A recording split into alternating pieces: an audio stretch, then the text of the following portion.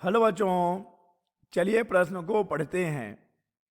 उत्तल लेंस की फोकस दूरी अधिकतम है।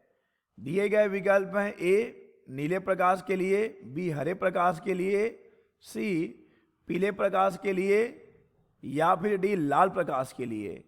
तो चलिए बच्चों, सबसे पहले हम लिख लेंगे मूल अवधारणा। मूल अवधारणा जिस पर कि बच्चों यह प्रश्न आधारित है।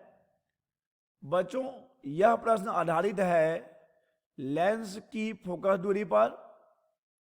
लेंस की फोकस दूरी, बच्चों हम जानते हैं कि लेंस की फोकस दूरी का सूत्र होता है 1/f बराबर mu minus 1/r1 minus 1/r2, जहां पर कि बच्चों म्यू होता है लेंस के पदार्थ का अपवर्तनांक और R1 और R2 उसके पृष्ठों की वक्रता त्रिज्याएं होती हैं। और बच्चों इस सूत्र को हम लेंस निर्माता सूत्र भी कहते हैं। तो चलिए बच्चों, इस सूत्र की सहायता से हम दिए गए प्रश्न का उत्तर करेंगे और पता करेंगे कि इनमें से कौन सा विकल्प सही है। बच्चों अगर हम दृश्य प्रकाश की बात करें तो दृश्य प्रकाश में 7 रंग होते हैं, जिनका क्रम होता है VI BGYOR। ठीक है बच्चों, और यहां पर बच्चों हमारे प्रश्न में जो विकल्प हैं उसमें नीला है, हरा है, पीला है और लाल है। तो बच्चों अगर हम इन रंगों के तरंग दैर्ध्य को देखें तो इनमें जो हमारा नीला रंग है बच्चों, उसका तरंग दैर्ध्य कम होगा, सबसे कम होगा, इन विकल्पों में सबसे कम होगा। उसके बाद आ जाएगा हरा, उसके बाद आ जाएगा बच्चों पीला और उसके बाद आ जाएगा बच्चों लाल। यानी कि बच्चों यहाँ पर और नीला का जो है तरंग दैर्ध्य सबसे कम होगा और लाल का तरंग दैर्ध्य सबसे ज्यादा होगा।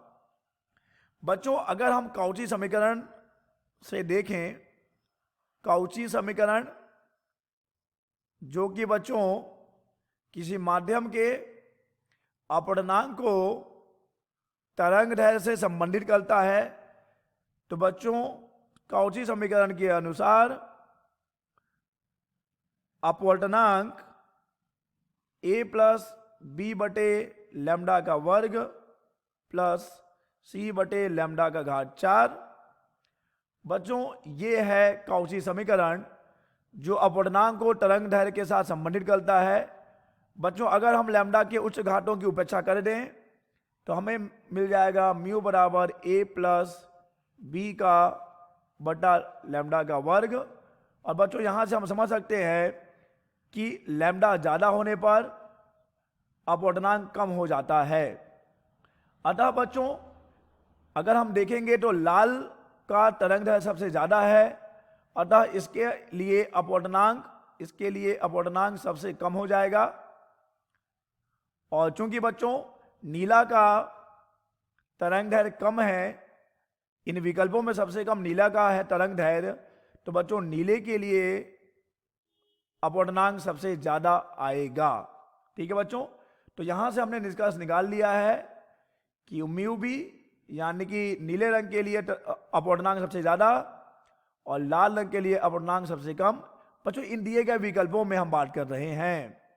अब देखिए बच्चों, हम जानते हैं कि फोकस दूरी होती है 1/f mu minus 1/r1 minus 1/r2।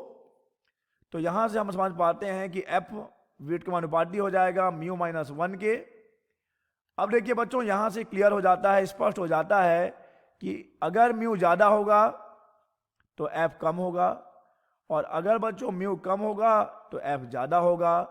अब चूंकि बच्चों हम पहले ही निष्कर्ष निकाल चुके हैं कि नीले रंग के लिए अपवर्तनांक, लेंस के पदार्थ का अपवर्तनांक सबसे ज्यादा होगा, अतः बच्चों नीले की फोकस दूरी सबसे कम होगी और लाल की फोकस दूरी सबसे ज्यादा होगी। बच्चों तो हमसे पूछा गया है फोकस दूरी अधिकतम है, तो बच्चों हमारा सही विकल्प हो जाएगा डी लाल प्रकाश के लिए।